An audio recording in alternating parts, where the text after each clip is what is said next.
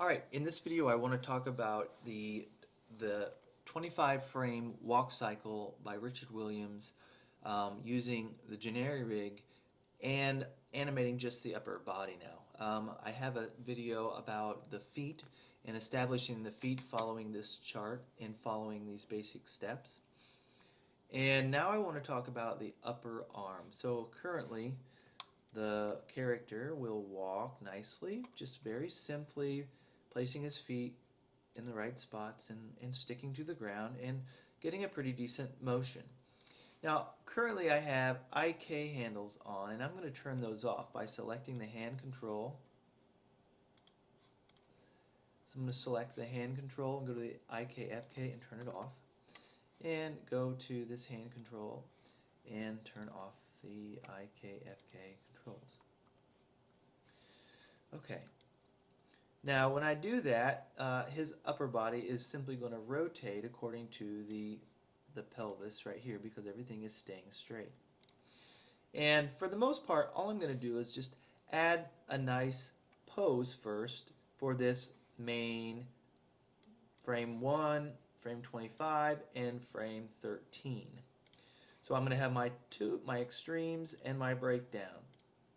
And I'm just going to keep it very, very, very simple. Just a nice kind of casual walk here. So I'm going to go ahead and I'm going to animate my arm here, and I'm going to give it a nice little elbow bend forward, and I'm going to give the upper arm, I'm going to go ahead and key these guys, my rotation values for now, and I'm going to key these, and I'll get to them in a minute, but I'll set the keys there. And I will be adjusting the upper body curves a little bit, so I'm going to go ahead and set keys on them, and then I'll get to the fingers and all that later. But for now I want to just establish my basic pose.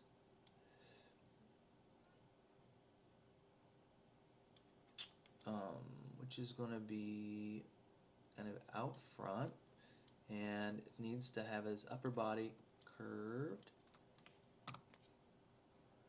Let's see, this is going to be curved a little bit because his arm is going to be out here.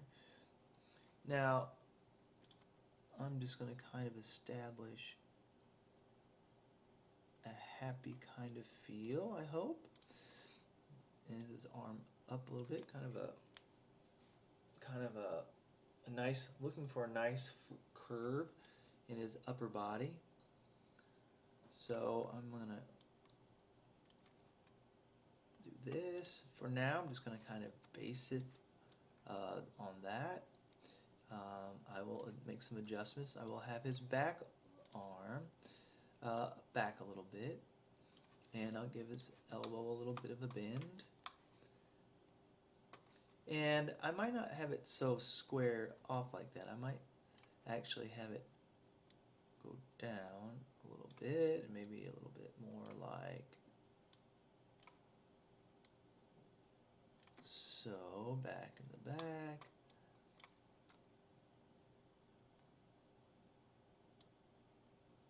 And I'm going to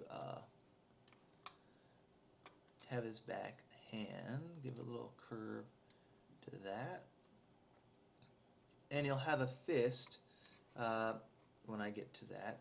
I'll give him a little fist. I'm just going to keep him with a little fist. I'll get to the fingers later on. And so I may make little tweaks to this, but basically I want him to have this curve here. I'm going to take these.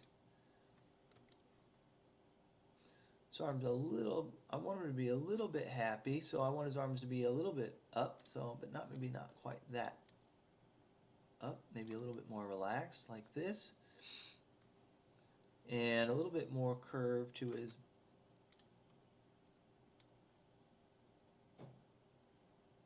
I'm just going to kind of go with a swoosh to the left and a swoosh to the left here. And I'm going to select these, and I'm going to key them. Make sure I get them keyed.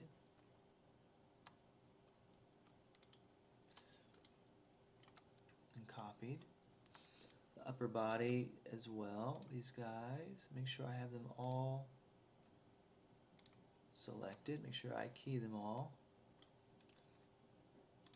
And then I'm going to copy that and paste it to 25. Make sure that I get them all there. And then I'm going to go to frame the middle, my breakdown, and I'm going to counter that. And so it doesn't have to be perfect, but I do want to kind of get the same kind of feel.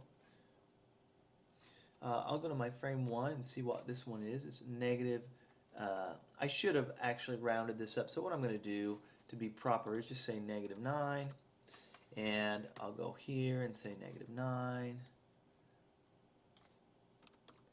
And that means when I get to my middle, my 13, I can say it is +9 and keep it very convenient. I'm going to look at this one and I'm going to round it up to just go to -27. I should have done that to begin with. -27, -27, and then I can go to 13 and make it 27, and I have that. I'm going to go back to frame 1. I'm going to take this one here, and I didn't rotate that apparently, and I didn't rotate it there, and so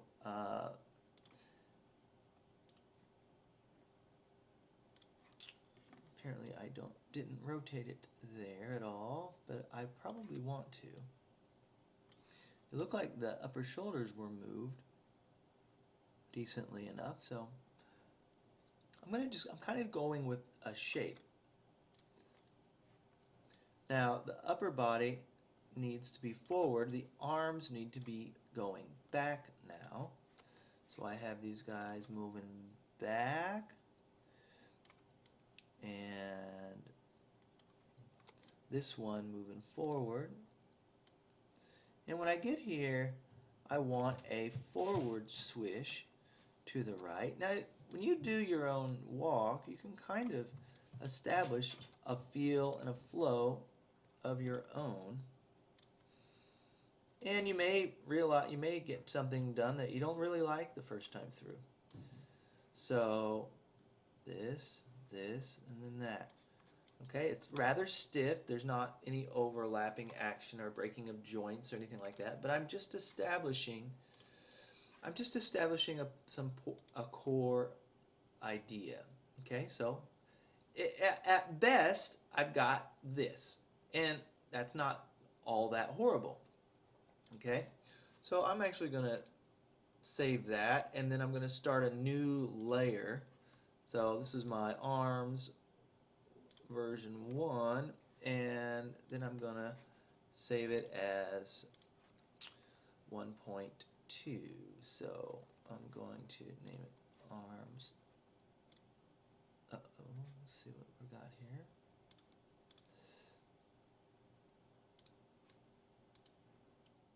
I'm going to call this version 1.2. Save that. Okay. So I have this, and then I'm going to go through a little bit of some motion here. And I think it's really important to look at. So I'm not going to add tons and tons of detail on this, but one of the things that I want to do, and something as I like to do, is when a cartoon character is moving, instead of moving real rigid like a robot, I want to add a lot of fluidity and kind of some motion to it. I'm going to break the wrist. So as the arms and the hands move, when they're moving, say moving up or down, when an arm is moving up, it's going to move from a upper, you have to think about something leading something else. So I can get this fluid kind of movement, a fluid movement up, fluid movement. It's a lot like dance. So when a character moves, it's kind of a flowing type of feel. And I want to establish that by adjusting some things. So as this character is moving to the breakdown here, I actually want to give him a little bit of movement in his wrists and his hands. And I think it's best seen here in the middle, in the breakdown. So for instance, I have basically kind of a straight wrist right here. I want him to get, and I'm going to use my odd. I want to use odd. So as the arm is moving up, I want to break the wrists a little bit and give it a little bit of a break like so. So it's going to move up, and then when he starts to go back down, I'm going to give it another break like this. And what that's going to do is it's going to give me some fluid kind of movement. This little overlap that you're going to see. Then as he's moving back, he's got a little bit of bend in his arm.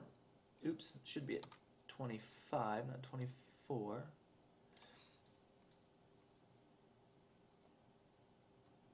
Let me look. Now watch what I'm going to do. As his arm moves forward, I'm going to go forward about 4 frames, and I'm going to give him some drag on his wrist. So it's going to go forward, and it's going to hit, and it's going to fly back, and then it's going to drag a little bit. So watch what happens. If I play this as a cycle, if you can see it,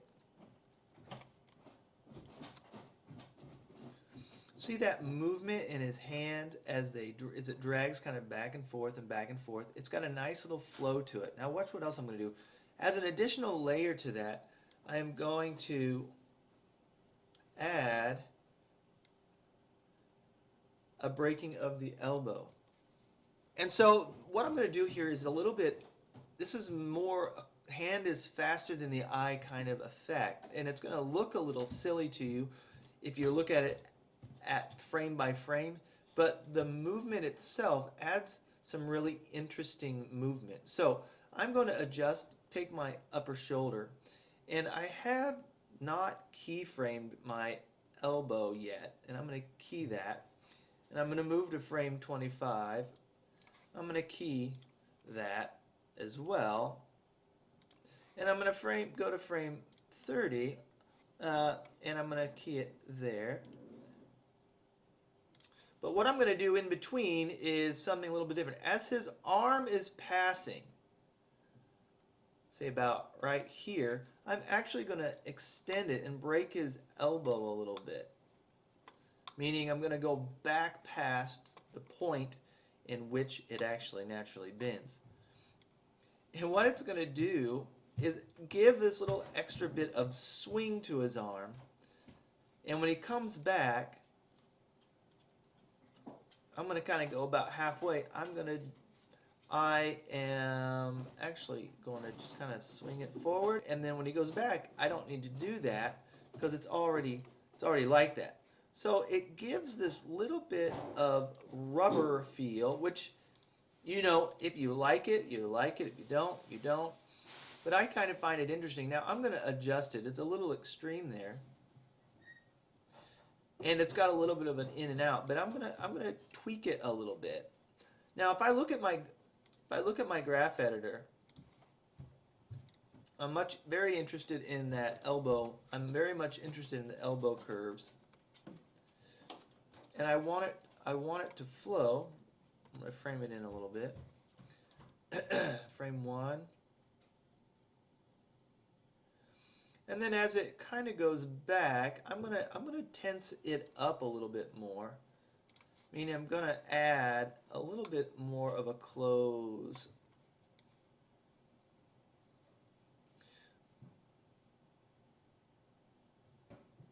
Feel. I want this to be frame 1. And I'm gonna play blast it and see kind of what I get. Now it's a little bit loosey-goosey right now. However, it can add a nice little touch. I think it's a little too much, maybe. But that's the thing.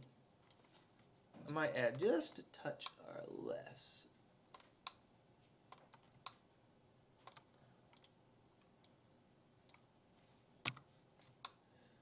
Bring it down. A little bit less.